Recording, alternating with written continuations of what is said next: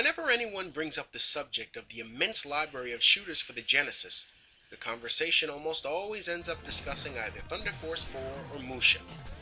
Those are definitely great games, but there's one shooter that I feel belongs in the top 5 of all time Genesis classics. It's a game not many people talk about. That's what we're here to change. Get ready for Renovation's Gaiares. Developed by Telenet and published by its American arm Renovation in 1990, Gaiares is a spectacular shooter that unfortunately continued the company's tradition of releasing games in America with horrible box art. I don't know what Renovation's problem was, but it just loved to butcher the domestic releases by using some of the worst art choices imaginable. They at least tried to give the game some street cred by recruiting professional gamer Jamie Bunker to pimp it in a series of ads. The press went nuts for it too, with GamePro giving it a straight 5-star rating and Electronic Gaming Monthly awarding it a full set of 9s.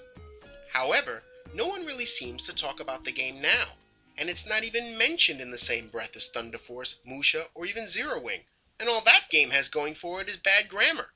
Hey, but that's what we're here for. Gaiares tells a grim story of Earth's future. By the year 3000, the planet is a toxic wasteland that's barely habitable. Queen ZZ Bad Nusty and her band of Gulfer space pirates are planning to harvest the waste for weapons of mass destruction. Wait, really? ZZ Bad Nusty is the villain's name? She sounds like a DJ or something. Anyway, the humans who have long since abandoned the planet have sent it one solemn warning. Stop the pirates or Earth's sun will be sent supernova. No pressure, right? The bright side of this ultimatum is that success brings a new planet to inhabit and the resurgence of the human species. To this end, you play Dan, the young crackerjack pilot out to stop the pirates. Man, aren't these names just great? The story plays out through some great semi-animated cutscenes like Valis 3. The opening cinematic is massive, clocking in at more than 4 minutes, and the ending is equally good. That's about it for story though, as each level just transitions into the next without a break. I suppose Telenet wanted to get all the writing out of its system in just a beginning and an ending. But to me, that's all you really need in a shooter in terms of story. Sure beats the hell out of some bad English or thanks for playing. As always, Earth's entire defense is comprised of a single pilot and an experimental fighter. Gaiares breaks no new ground in this regard. But then again, shooters as a genre have never been known for originality. So you suit up as Pilot Dan and you take control of the Taz-equipped fighter and it's off to save the human race. Taz seems a lot like the weapon system in R-Type at first, as you shoot off a capsule towards oncoming enemies. The difference is that it latches onto the other ships and steals their weapons, as opposed to simply destroying them, though it can do that too. You can siphon off 18 different types of weapons in total, and each can be leveled up with successive launches. Everything from massive lasers to hunter-type beams is available, and you have lots of choices to mix and match until you find the weapon of choice. There's a shield option too, and trust me, it's worth getting if you can snag it. Through 18 stages, Gaiares throws everything imaginable at you.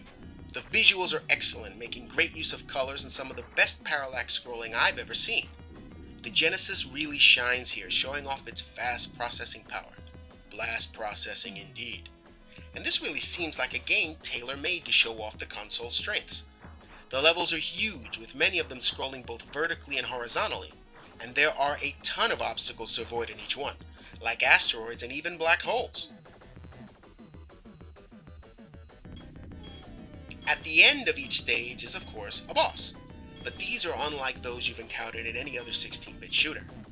Yeah, their patterns are pretty simple, but they all take up the entire screen, and they are just beautiful to look at. Robotic knights, mermaids, even the friggin' Grim Reaper is here. They all just look awesome.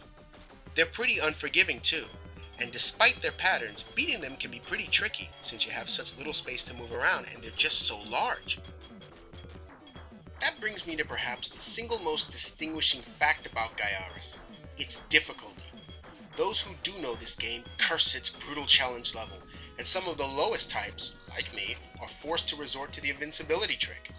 Pause the game, hold A plus C plus left, and then press start, and you can sit back and enjoy the scenery. I've used the trick for the purpose of this video, but I admit to being a scrub, so there's no shame lost. If you're man enough, just play it without the code and see how far you get. I can never get past the Grim Reaper lookalike, and that's just stage 3. Difficulty aside, Gaiares just does so much so right. This soundtrack is horribly underrated and it's simply incredible. Seriously, I know that adjective gets tossed around a lot, but there's no embellishment in this case. The music is really that good. The compositions are extremely well done, and best of all, they're made to take advantage of the Genesis sound chip. This is one score you'll be making into MP3s. If you're a shooter fan and haven't played this one yet, I wholeheartedly recommend it. Gaiares is a great game that has tight, polished gameplay, terrific visuals, and an awesome soundtrack. What more do you want? If you can get over the difficulty hump, you're in for one great ride, so find yourself a copy and save the Earth. Can't let the pirates win, can you?